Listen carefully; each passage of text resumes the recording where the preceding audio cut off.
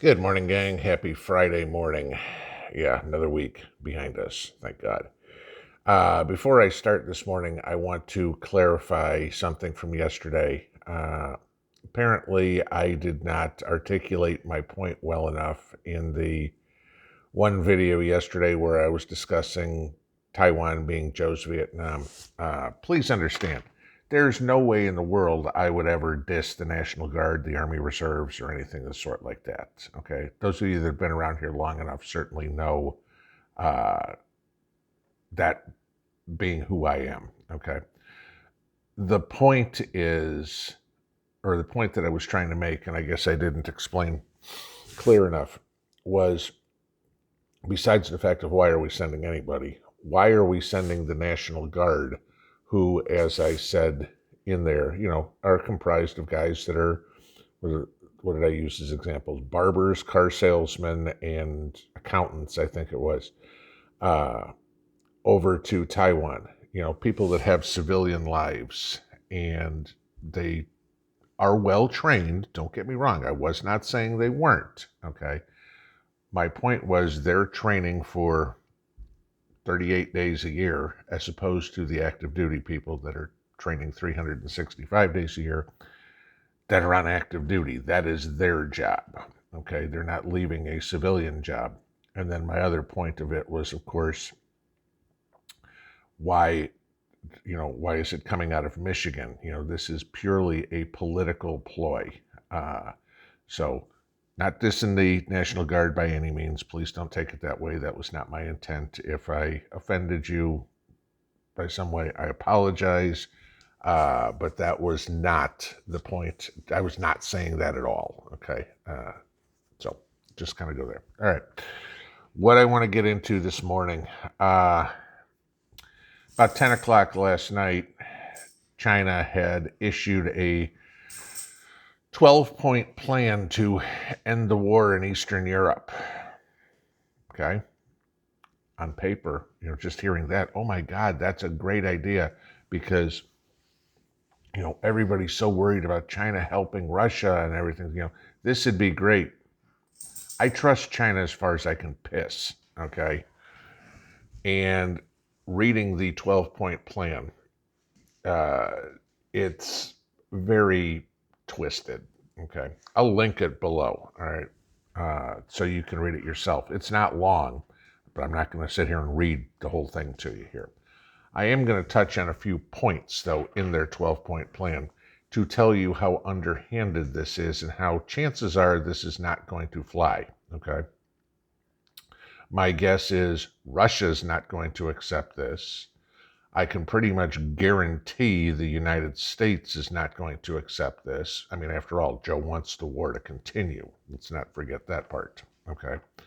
And the only reason Ukraine is going to accept this, and Zelensky came out last night and says he has not seen it yet. He wants to discuss it face-to-face with Xi, okay? And you know exactly why, because he's like, how much money are you going to give me? Okay, that's Zelensky's whole operation. Zelensky thinks he's this uber diplomat in the world. He's a clown, okay? He's not a diplomat. He's a beggar and a grifter. Just saying, okay? But like I said, I'm going to link this whole thing below. You guys can read it. But I want to touch on some points here so you can take a look at it. The second point that China makes on here is abandon a Cold War mentality. And specifically what they say is this, the last sentence in here. All parties should oppose the pursuit of one's own security at the cost of others' security, prevent bloc confrontation, and work together for peace and stability on the Eurasian continent. Okay. Now, on the surface, that makes complete sense, until you think about this a little bit. And again, this is totally my analysis, guys. Okay. All parties should oppose the pursuit of one's own security at the cost of others' security. Okay. So basically what they're saying is Russia should not try to add Ukraine as a buffer zone between them and NATO. Okay. That's pursuing their own security at the cost of another's. Okay. And they're also saying that NATO should move west or move eastward into Ukraine because now it's on the border. Okay. So what they're trying to do, what China's trying to say in all this is Ukraine should kind of become Switzerland. They should become a neutral country in between Russia and NATO. Okay. Prevent bloc confrontation. In other words, not have them butt right up to each other, because China misses the fact that the Baltic states are already on the Russian border, so that kind of defeats that purpose. All right. This kind of goes and explains how Belarus is being used by the Russians. I mean, because Belarus is a complete puppet government of Putin's, being used by Russia as a buffer zone. Okay. But just saying, Ukraine didn't want to fall into the same category as Belarus. That's why the Obama-led coup in 2014 to throw out the former president, who was a Putin ally, and put in more of a Western-friendly ally. We can see how well that's working for us. Okay. But so basically, what China wants is this independent state in between NATO and Russia. And China most certainly, and I'll get to because you'll hear this more as I go down a couple of points, China most certainly will be perfectly happy to go into Ukraine and be that space in between Russia and NATO.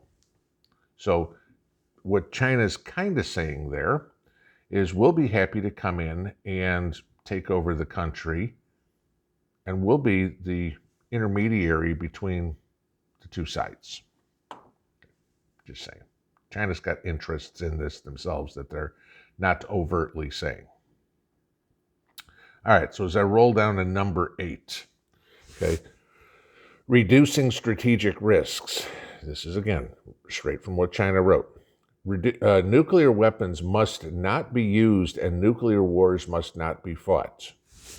I'll agree. Okay, I want to see if China takes their own medicine on this one. The threat or use of nuclear weapons should be opposed. Nuclear proliferation must be prevented and nuclear crisis avoided. I'm not disagreeing with any of this, okay? Get this. China opposes the research, development, and use of chemical and biological weapons by any country under any circumstances. Really? Care to remind me about what we went through in 2020 and 2021 and where that came from? Okay. Like I said, I don't trust China as far as they can piss, as far as I can piss. All right. China opposes the research, development, and use of. No, they don't. Okay. They made that blatantly obvious in December of 19. You know what I mean. Okay. Number 9, facilitating grain exports. All parties need to implement the Black Sea Grain Initiative signed by Russia, Turkey, and Ukraine. The Cooperation Initiative on Global Food Security proposed by China provides a feasible solution to the global food crisis. Okay, so this goes back to that second point. What have I said about why China won't nuke the United States? Because they want the farmland. That's it. They don't care about the people. They don't care about the cities. They don't care about the buildings. They want the grazable and growable land. Ukraine is the breadbasket of Europe. Go back to number 2, where China overtly says, we'll help mediate the peace. Ukraine's the breadbasket of Europe. China wants their ability to get the food for themselves from Europe. Mind you, one of the other things that's going on with all of this right now is China's economy is not doing well because this war in Ukraine is really messing up the Silk Road for them. Okay, it's really messing up their trade with the Middle East and Europe, et cetera, et cetera, et cetera. Okay, so they're having a hard time getting food in. If they can get the Black Sea Grain Initiative going, they can start getting food in. They can start trading as they wanted to before, because the most important thing for them to get right now is food, because they are stockpiling it like crazy. If they can get control of Ukraine, now they have the control of the food, and they can get it back and forth to China, no problem. Okay. Last one's the best one. Number 12. Everybody's tired of reading this. Let's slide this one in. Promoting post-conflict reconstruction. The international community needs to take measures to support post-conflict reconstruction in conflict zones. China stands ready to provide assistance and play a constructive role in this endeavor. Oh, absolutely they do. Okay. Just like they've done in Venezuela or in Cuba or in parts of the Middle East. China's more than happy to come in and loan shark to the country. Sure, we'll help you rebuild your dock. We'll help you rebuild your city. We'll help you rebuild your grid. All we need is an interest rate at 80%, okay? Something that Ukraine will never be able to pay. Remember, I told you the other day, Ukraine's GDP is $200 billion a year, right? Let's think about how long it would take to rebuild a country on $200 billion, okay? Forever. There's going to have to be some sort of international assistance, of course, all right? And Joe's already said that the U.S. is going to come in and we'll help rebuild the grid and do all this. We'll build a new grid for them, everything like this, right? This is all a Marshall Plan idea, okay? If you remember what the Marshall Plan did after World War II, Marshall Plan devastated Germany. It took a lot of the other countries in Europe years, decades. I mean, the United States wasn't finally getting paid back for all the money we loaned over to rebuild countries after World War II until in the 2000s by Russia, by Germany, anything like this, by England. It took 50, 60 years to repay. How long is it going to take Ukraine to repay? All right. And all these countries are seeing is, hey, this is a way we can make money. Remember what made the United States a superpower. Everybody else after World War II had to pay the United States. So we were getting some money from them. And that was what got us economically and militarily ahead. Now, China's looking at the exact same thing, except the way China's going to do it is if you don't pay them back, there's not going to be an extension on the loan. They'll just repossess your country. China will make all sorts of noise that, hey, this is great, that we want peace. They want peace on their terms. I highly doubt Russia will accept this. I know the United States will say, hell no. Okay, not that it's our decision anyway. It should be between Russia and Ukraine only. And Zelensky will be how much he can get. China comes in and says, we'll give you $1 trillion. And we'll give you 10% on the side there, Vladimir.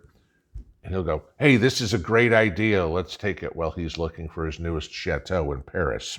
Okay. Mark my words, this ain't a good thing. This probably won't go through. China will saber rattle going, look, we tried to solve it and nobody wanted to take our suggestions. No, because the only winner in this would be China. All right. The biggest issue as you read through this is with everything that China's saying. Okay? Apply all the same things to Taiwan. Doesn't work too well. Okay? If China took this and said, how would this affect us invading Taiwan? Oh, that's different, would be exactly what we hear. Guys, you can't trust the Chinese at all. This is what's going to be probably all over the news today. Probably, we'll see if the media even puts it out. It could be a nothing burger to them too, because, you know what, we have more Harry and Meghan stories to talk about. But just to let you know, this is what China proposed. If it smells like shit, just saying. Pinball out.